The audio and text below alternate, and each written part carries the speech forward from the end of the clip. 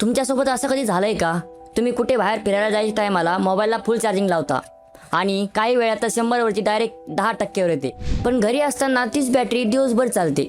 मग असं काय होतं की प्रवासामध्ये मोबाईलची बॅटरी बुलेट ट्रेन सारखी संपते? आज आपण याच मागचं कारण पाहणार आहोत आणि शेवटी एक असा ट्रिक सांगणार आहे जो तुमची बॅटरी डबल टाइम टिकू शकते. समजा तुम्ही बसमध्ये बसलेले आहात, तुमचा मोबाईल शांत बसलेला नाहीये, तो सतत नेटवर्क शोधत असतो. एक टावर मिळतो, थोडं पुढे गेल्यावर सिग्नल वीक होतो, मग तो दुसरा टावर शोधतो आणि हे प्रोसेस वारंवार रिपीट होत असतं. यालाच म्हणतात नेटवर्क स्विचिंग. जेव्हा तुमचा मोबाईल एक टावर सोडून दुसऱ्या टावरला कनेक्ट होतो तेव्हा त्याला पॉवर लागते आणि जर सिग्नल वीक असेल तर मोबाईल अजून जोरात नेटवर्क पकडायचा प्रयत्न करतो. म्हणजेच जास्त मेहनत बरोबर जास्त बॅटरी ड्रेन. म्हणजेच हायवे, ट्रेन, गावाकडचे रस्ते इथे बॅटरी जास्त लवकर संपते. अवॉइड करण्यासाठी सिंपल ट्रिक आहेत. ट्रिक नंबर 1, सिग्नल वीक असेल तर एरोप्लेन मोडवर लावा.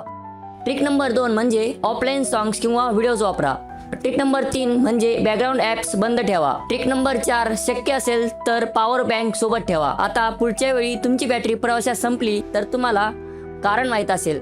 अशाच इंटरेस्टिंग टेस्ट फॅक्टसाठी चॅनलला सबस्क्राईब करायला विसरू नका आणि हा व्हिडिओ तुमच्या फ्रेंडला नक्की शेअर करा.